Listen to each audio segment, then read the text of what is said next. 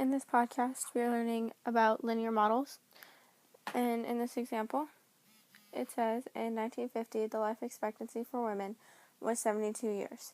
In 1970, the life expectancy was 75 years. So first, we'd have to define the variables, and we are going to say our x variable is time, which we're going to say is t. And then our y variable is age, which we are going to say is a. So in part B, we have to set up 2 points. And we know that an ordered pair is x, y. And in part A, we determined that the time was the x and the age was the y. And instead of writing 1950, we're just going to write 50 because we're going to say that 1900 is 0. So the time would be 50. And then comma the age. In 1950, the average age for women was 72 years, so we're going to do comma 72. And then the second point would be 70 because it was in 1970, so 70 comma, and then the life expectancy was 75 years, so that would be 75. And then we'd have to find the slope, so we do y2 minus y1, so 75 minus 72 over x2 minus x1, 70 minus 50, which is 3 over 20. So that's the slope.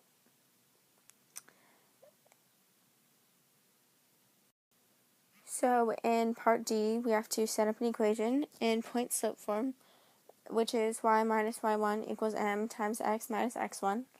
So we'd pick a point from part B and plug it in.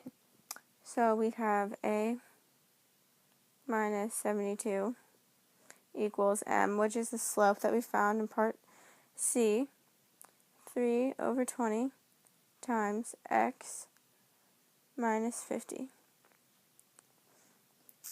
And in order to put this into our graphing calculator app, we have to get the y variable by itself. So we have to add 72 to both sides to get it calculator ready. So then the calculator ready form of this would be a equals 3/20 times x minus 50 plus 72. So for this part, you would need a graphing calculator to predict the life expectancy. And what you would do to find these three numbers is you would plug in the equation that we found in part D.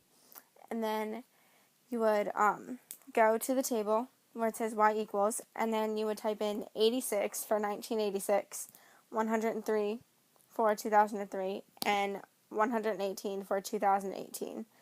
And it would give you a number next to it, and that would be the life expectancy for that year.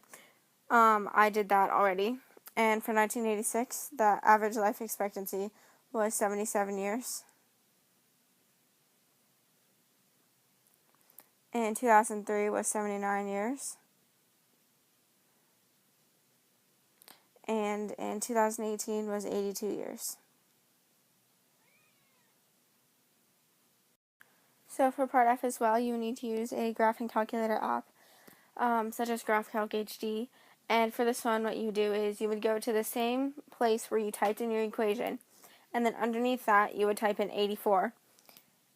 And then you would find where they intersect, and you would click the snap to intersection underneath the trace tab, and you would click on the intersection, and there on the left would be your number that you would find, like what year, and that year would be 2103.